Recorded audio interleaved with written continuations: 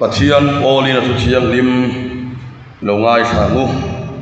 Samuela pakhat na bung somni chang khata changa chang ko so hian changa chang ko so hian lo ngai thang tin Davida chuan Jonathan ne na ngai te naktu khi thatharani dona lal ne na so hui kil ngai tur kania nima sela ani thumni tlailam thlengin phulama biru turin ka kal zo kange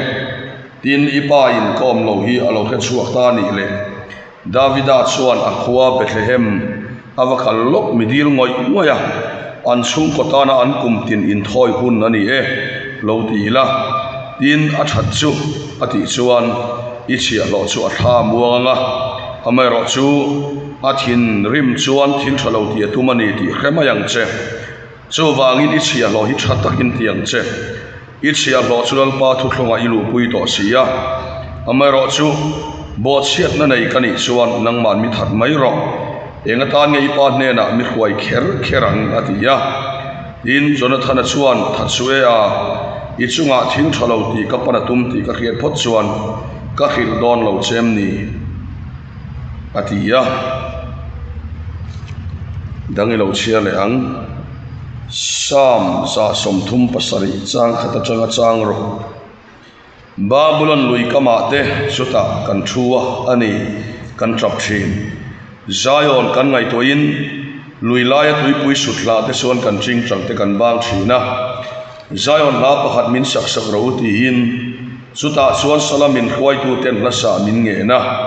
min tere thei tu ten lima min ngen bok se chin mirama te suan lal pa lai ti nge kan sak thayang o Jerusalem ka thengil te suan ka ko ding lam hin thil thiam thengil ve ro se ka rian reng lo te suan ka lai hi ka danga betlat ro se ka lim na beraya Jerusalem ka du zo lo suan rom khwami te ne na tir ko pole khathon lo ngai thaleang rom bung som le pani chang khata changa chang ni chang khat le chang ni chuti suan u nau te u Pathian khongai na wang hian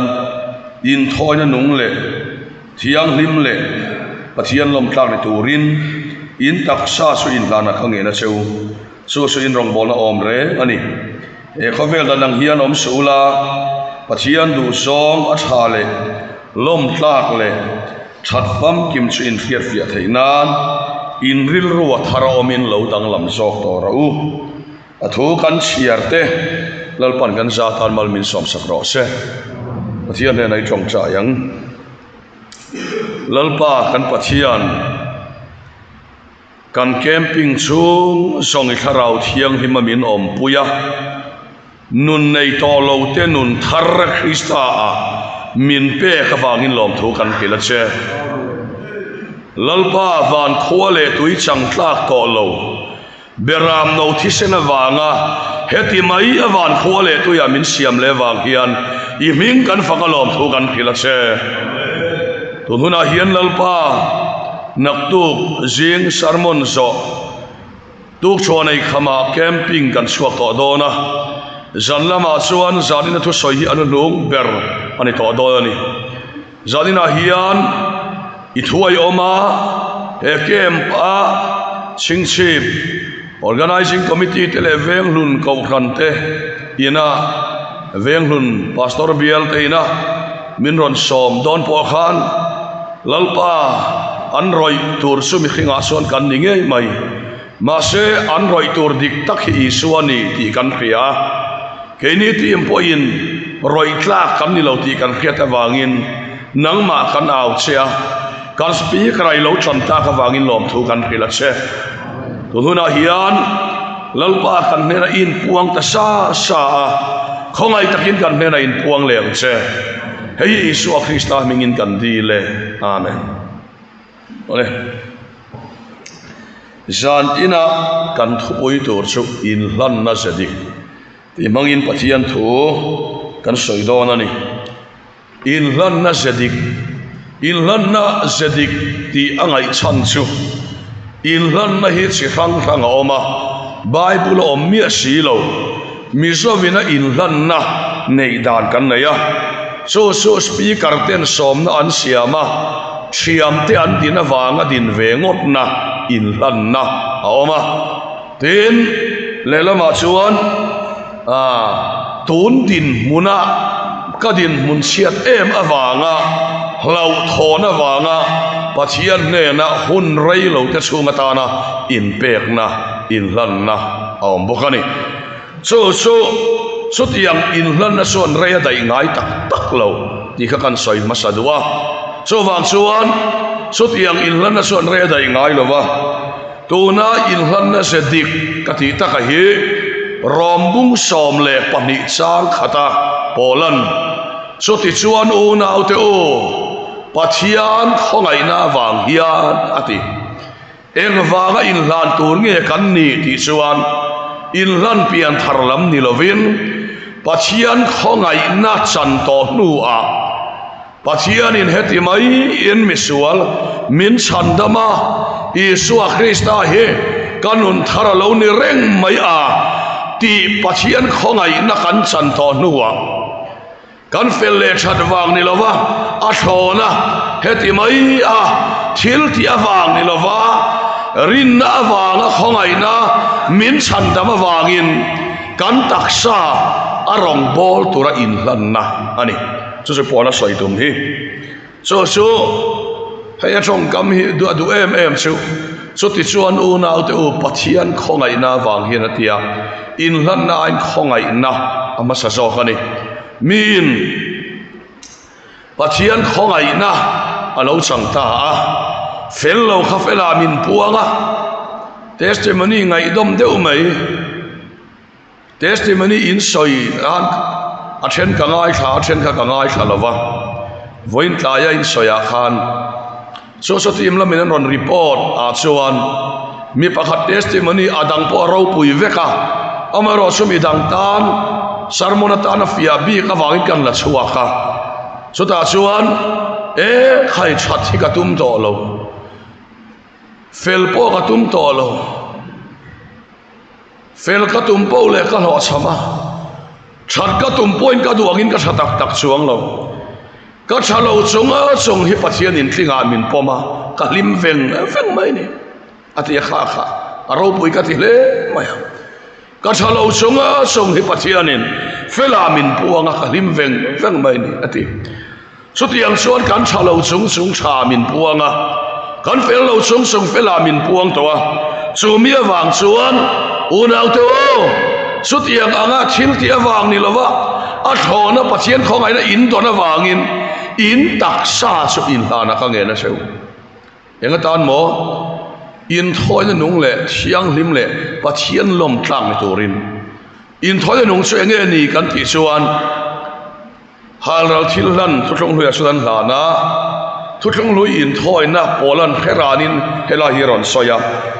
thu thong lui a chuan berama hlana tekin nan mi pakhatin mi nu ui re ta sela berama hlana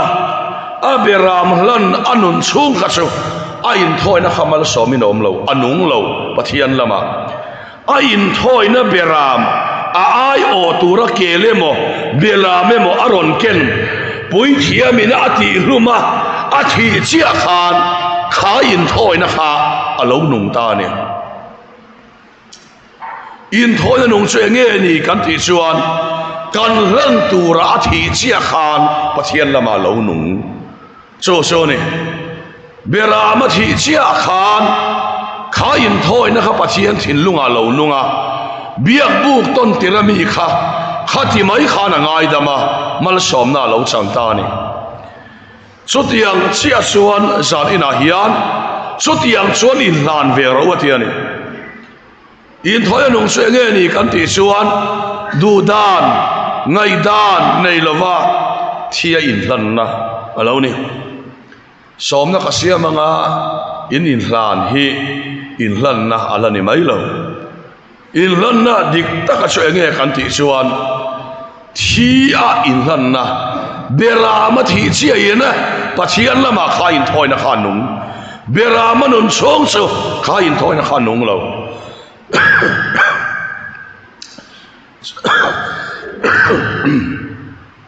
so tiang chia chuan ka chak zong ke malama anu na ka du da na kom chung chuan eng ang po in that na tanga rong bol ma ila om sia nei lo so wang chuan in thoi na nung ni tur chuan kan du zong le chak zong kan hal rala kan sa na kan kal san na se Pathian lama in han na ning nung in thoi na nung Pathian lom tak so lo ni Pathian vakilom ro se mi zo ten in lan na hi som na siama din hi mo kan ti towa hei apoi em ani som na siama ding de ulir kan ni to mi zo ram Christian e ma se kan ram tha thei lo som na siamina kan ding tluara ma se kan chung kwa dang lam chuang lo som na voi tam tak chang to kan nia ramadang lam chuang lo namadang lam chuang lo chung kwa dang lam chuang lo en wang nge ka chak zong le ka du zong hal ral ania athi chia khan Pathian lama in thoi na lo nung anga mal som na lo theng anga chung lam chan na lo theng don sia ni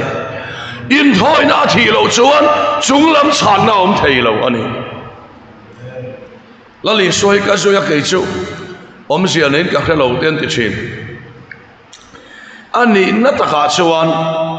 lali suwa Krista mal som na te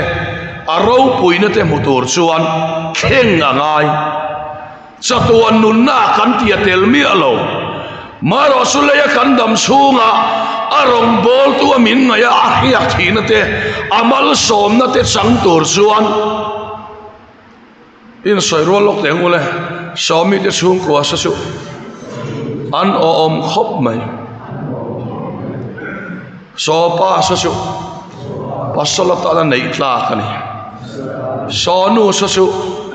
nu poya ta nei tla kani ni tur chuan sum le pai ni lo in cheina ni lo ka du zong le ka chak zong ka hal ral zel hian sunglamin min changanga min choi moi mei don Pathian fakilam ro se choi moi nei a son sin ni lova san ni ma sira lo omani chunglam khiak thi na hi so wang chuan enge ni kan ti chuan tu na po hian in thoi na nung chu ke mi chuwa chang hian in chan don chia in lan na se dik chu ke mi chuwa chang hian in chan don chia ke ma som na kan siama in lan na hi Bible in lan na se dik ati khala ni mai lo so wang chuan ke mai ma so kanga i chak zong i du zong i mule dona chu i hal ra na muna lal pa la mai i san na kha lo nu to ga chung lam khian ma la som to don che ri hallelujah chu in thoi na nong chu ni chu in lan na se dik chu ni khavel karo pui na te moi na te imalon in chop le dona so ke mi chwa huna ni don kem chunga chuan khavel ro pui na chop in lo hoi na tur pom lo ei in biak in phei chu helam han hoila tlang min ne awma chu zong chu ni maya helama han hoila hoina tur tak tak awang veng lai lam kan thir rea helama ni la ping le veka hei biak in hom nei alai li lova a thalera wangin hoina tur hi atam lo em chu tiang deuh chuan ani hela hi chuan haral tulina nei lo ke mi chua ka mai chua huna in thoi nung le thiang lim le Pathian lom tla ka in thoi na hi bule chan don sia khavel ro pui na i haral huna khavel ro pui na ai huzo an oin le an bu thar lo lok changa an lom na ai na sa zo ka thin lunga hian lom na yom tira ti kha takini chang fia to don lal ba fakilom ro se kem la ya hian him zo dona kem la ya hian lom don zo kani chút yang tu xuân voi này hiền in thoi nung lệ chiang lim Pathian lom tlak chu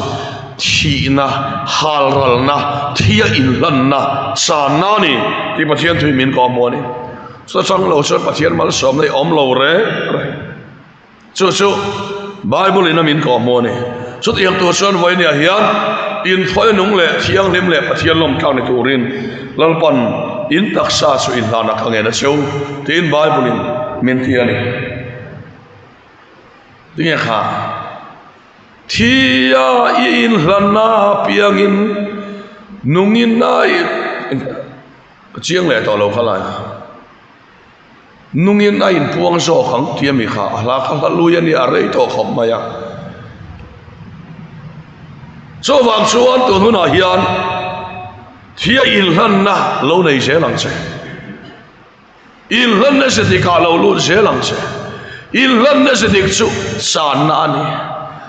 ka in thoi lo po ti la i chan phok chuan mo lalpa nga ya in thoi na nunga ting don lalpa fakiram ro se i chan na khavel moi na ro puina i sang zong i fin na i thei na i chan na lalpa chak na in nga zel chuan chu so pathian nga ya pathian lom tla in thoi na nunga thiang lima alo ni to don ni te hi pathian thui min ko mo ne so apoi mo em ani he in thoi na hi mitam taksudan khelova voini ahian kapian tharlimain tharawa ka hausa zo ka taksa po ka hausa zo engia chan ti ka soilang doa tharawa mal som ka don chan su ka du zong le chak zong ma na camping ka lo ka in han na kha chu kamang cha to zo ni tina ka chak zong le du zong ka hlan na ra na hi ni tin tharau mal som na ka don pa thin mal pa fakram ro se so chang ani lawa lang sambuk noya bethelin mo bing biletin rule in rule puilu dinin wa chong chai mala in thoi na nu thing lo chong chai lo tur ka ti mi lo trong trai dan position le lak ur sun po in thoi nu ngani lo i amen nu i hal ral so kha khan in thoi nu so mani lal pa fakram ro se so wang suan akal khop nge nge yang ai ti kan khia fia apoi mo le ni le so ni ya so wang suan so tiang tu son voi ni hian a chi anin min ko mo ni lal pa pek ni lo ka hlok na tur mi te na ka rong bol na an nai san the na tura leilung sum le pa ya in hai vur na ang che zong zong po ye kal san phot chuan nang ma in soi moi lowanga sunglam in a soi moi ang che lal pan a choi to moi lo an om lo hallelujah lal pa fakin om ro se mani in soi moi su kher khata min fak viau ma se veng le lama min khchiang tu anom tho min khchiang lo tu te mi ten min fak viau ma se min khchiang tu te nga ma min ngai chuang lo lal pana soi moi su khoi muna pon moi chi lal pa fa ro se lal pana soi moi su khoi muna pon moi to tiap tu sur voi ni hian halral lo na yang se tia atak taka thil wa haral kha asoi tu manilo hetiang haral hi athat viau lualin mani chak zong vo in nia tu na ke ma ka du song haral ani chuan lo chuan sol haral ringot mala helaya mi haral lo chuan I haral bo khaila le thawang chawang chuan amasa chuan pon mi haral lo tur ka tina ni lova chong ni lam thin lung lam ngai to na lam lal pa aya kan ngai poi mo sel kan san na hi in thoi na dik tak chu ni nal pa vakram ro se thotong lo ya bera ten mai thoya sum le pai ten mahuri sira pudina soba pakhatan pe a kami manga an wa in thoi kha lal pa lom lo ni mi lo ma se an du song an ngai dan du dan an sang song lal pa ma an ra haral phal silwa an haral phal silwa so wang suan bethela lo kalula bo chero gilgala lo kalula bo chero bethela lo kalula bo chiat na ti pu ro tin amasa mangin akautani kha chong el in akautani kha ti el na in lalpan asoi khum tani kha ti kan muani so wang suan zalina chong suan enge ral tur enge chan tur ti hilo dapla so aya in thoi na nung so lo om lo wani in khom dar ron ri bang bang nga nang mani ko khan thewa hei tun hi VC te khotlang OMA te khotlang changrol NGO te camping buat sai alania kar le lama hian NGO tho hian nge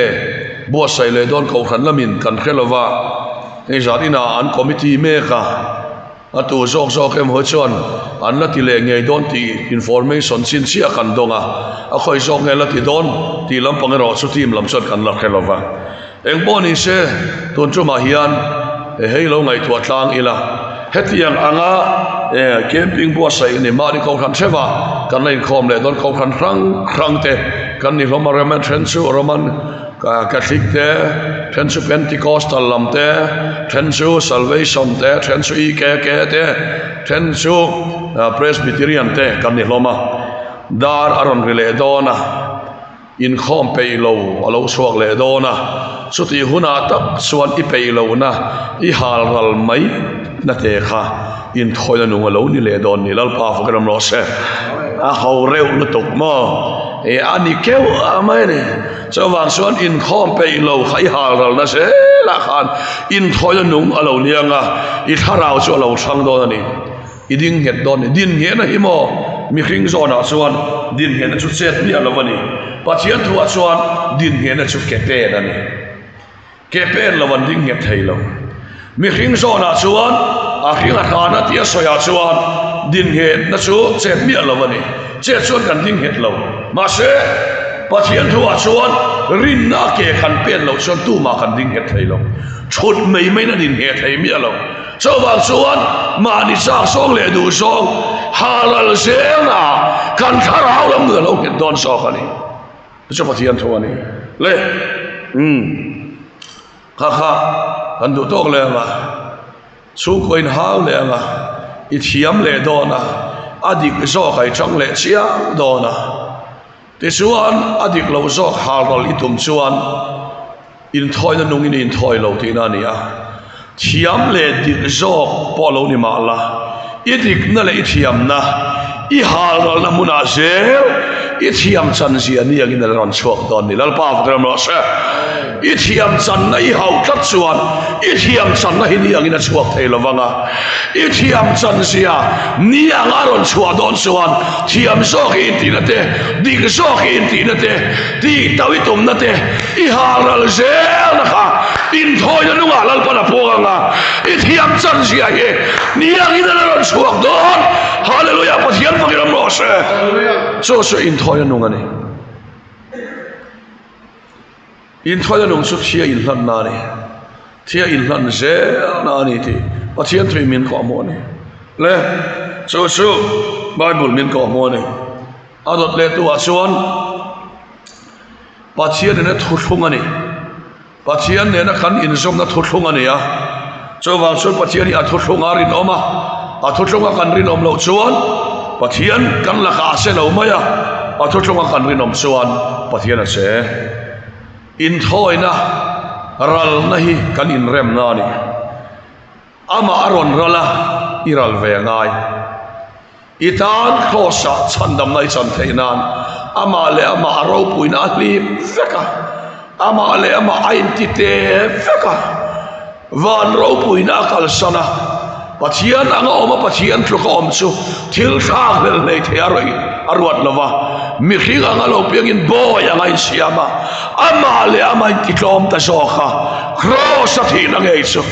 nang le ke mi sualin khavela hib na khar son lain pathian ma ngai na son heti mai hian kar khat chu gen ron zong muta cheni hallelujah pathian ma gen ro se chatu na inun na pathian ron ral veka ama le ma ron intite veka so wang son nang po mani intiral veka ron zong tu ta na iral vena athi a thol le na mal som na rahi itel don ani di pathian thui min ko mo ne so mi thung arin om em bible a hian mi patni an oma chu han soi kan duwa chu david ale jonathana sola papa jonathan ale david an ni an pani in thung an neya so mi chom chuan voi khat chu david in nak tu hi thathar lo ni dona ipa in alal thot thenga aron ki le ngei dona ti chuan mi mu lo chuan kabiru dona khoya nge Davida ti chuan a khuwa Bethlehem an kumtin in thoina nei thlen ya kal lok ani min ti sakla a thinarim chuan min khilla a thinarim lo chuan ka chunga thil tha ti atumaniang a thinarim chuan mi tha tumaniang atia zura thana chuan khai Davida chuan ti hian a soilea ipa nena chuan engwangin nge min pe kang min tha kherang thil thalo katiani chuan nang man min that mai ro nang nen chuan lalpa thuthunga kan lu dun ta sia atiani Davida khan helai Davida nu na ro puye mai chu Jonathan nen an in tiam na ti chiat ai chuan ama thi kha thangani ta che san Jonathan aron che ve ta che engwangin nge kapasat athang che atha don te chuan ka khil don lo che mi sol kha da Jonathan kha David nen an thuthunga arin om dan chu Davida thai chuan apa thi khapoya ti lo le an thuthunga khan an van rin om dun tak em chu ta chia chuan ani ro pui ka ti em mai chu nang po voin nia pathian ita la ron rala lalpa itan ka sang songi chingral vero tia irin om thot chuan lalpa hi athua chedon lalpa fakilom rose heile chen pathian ti chen lo chan chu abo kan song se ring gun manituma amal som dong song se lin pathian au ituma pathian nama ka trong ka madibla pathian mana peraso kan san na hian ani lalpa fakilom rose pathian au nol sama persu ringatuin adu song angai dan achang song achang na sunglam nge khia son thin lo ba fakram lo sen mana ka chian pa ram chuan pa uparan mi chong chaya rom bola ka chwa don hian lalpa thangte himal somla ati don mo khatiam lalpa thangte hi nang ma aya da ro puya nei don son khoi la khoi chevet la pathian ngem chun mani poi khoi in nang man kai huayang che a poi hi khoyang che chu so di ngeng lo chun ro se so da trong chai han mit fie karing tu nun kong pathian thin lung ka han chun na pathian thin lung ka han ti chet na chu ka chang song hal ral na ni ti ka man fiat ani chu da chang sol voilia hian pathian ka ti chet na ol sama perso ka du song le chang song chan na lo ni reng lal pa fra mo se voile khata mi khing ina ka mu thei khoi theya chan na lo kheng ri mai lo ma se ka chan na to ri ama na khol khoma ahuna lalpan min pe thau lalpa fakram rose chawang suan zanina hai kan ngai tu achana poi mo le Israel fate Babylon salam tala an Jerusalem an kirle thaina chan perra po khai yani an song trai na kha ro puye ema sota an song trai na chuan Jerusalem kha ngai khopa an pathian khopui kha mirama chuan miran sa thei silama sotan som saina chuan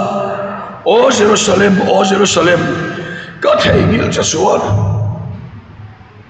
hallelujah ka kun ding la hian a thil thiam thei ngil ve ro se ka hian reng lo di chuan kale hi tan kadanga bet kan ro se kalim na ber aya Jerusalem ka do jok lo chuan lala arte sersia noya Babylon rama zalen takle lim takin omma sela an Jerusalem anaya an Jerusalem an du zoka Jerusalem an san don ai chuan an thil thiam san vek po kha poyan ti lova so lal pa lo khia an thil longa lal pa an du sia san an huam sia lo khia lal pa na hoi chuak ta lal pa vakam ro se hoi chuak ta ni ti kan bu ani so tiang sel chuan unau te o sanina hian ei kan bu Shadrach le Meshach le Abednego te trian thum kan mua Nebuchadnezzar milim ma ko turanti santuan nei don lo ti pon khia in ko lo suran ti mei pui ale sarinan ti sa chu mei pui a son kan tha kan cheuan ti ma se hemi ta sian tu mei ti ngan sa all alber hemi lim mai son imilim ma son kan kon lawang kan pathian suan he mei pui tai min chan chuak thei ti kan khia min chan chuak don lo ma sela ima suan kan kon lawang an ti nei kha thi in lal pan chan mal som na yela an biak pathian an du so amen mal pa fa mos mal som to y mal som kan in ang ka thei gil thin se thil pe to thil pe kan ang ka thei gil thin se an lo ti ha siam tu ten ta hian mal som tu ai mal som lai mal som tu an du so kha o se an lo thang sual kha ka la ka ti maya thara thi min pe kha ka thang cha ti la dar lom bial sai polian sak ka thang che ka thang sual lo ti ka khia Shadrach le Meshach le Abednego khan hima Nebuchadnezzar milim mako na mei pui la ka himai chuan lalpa mei pui lu pui an du sok lalpa fakam ro se lalpa mei pui an lu puya mei puya lalpa lo bua ka an samzai pakhat po ka kilova an pot bor pakhat po ka sorlo an lu pui lalpa khan ala hup thei khom mei lalpa fakam ro se kan chan pui kan lal pui lalpa hian kan la phal don lo kan chan phal don lo so wang suan voi dia lalpa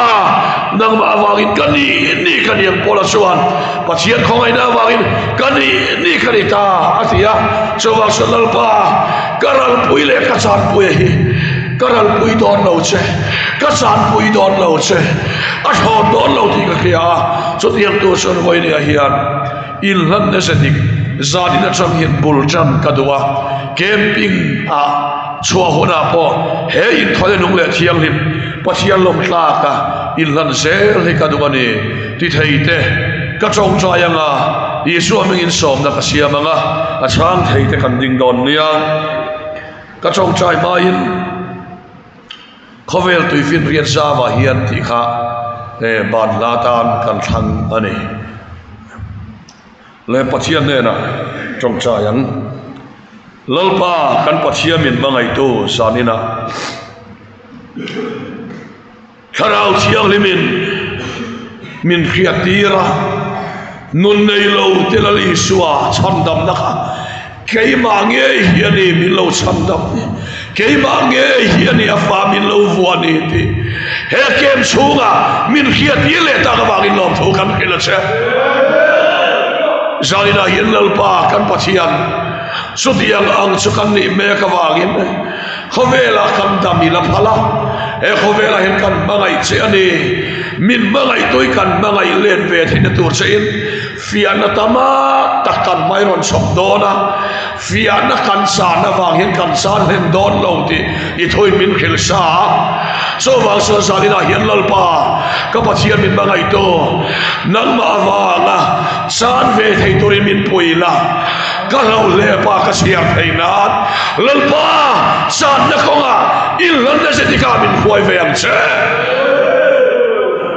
ka san ai ka bulet le dona karal na ai ka bulet le don lalpa so wang suan nang ma insan na konga min khoi la he kem Zalina chang hian kem ka suwa changin ni tira ral na le san na in thoi le nga kai han sel thei na tharau thil min khwayang che ikuta kai la ne ti thei song Isu Krista min ilo ding mule amen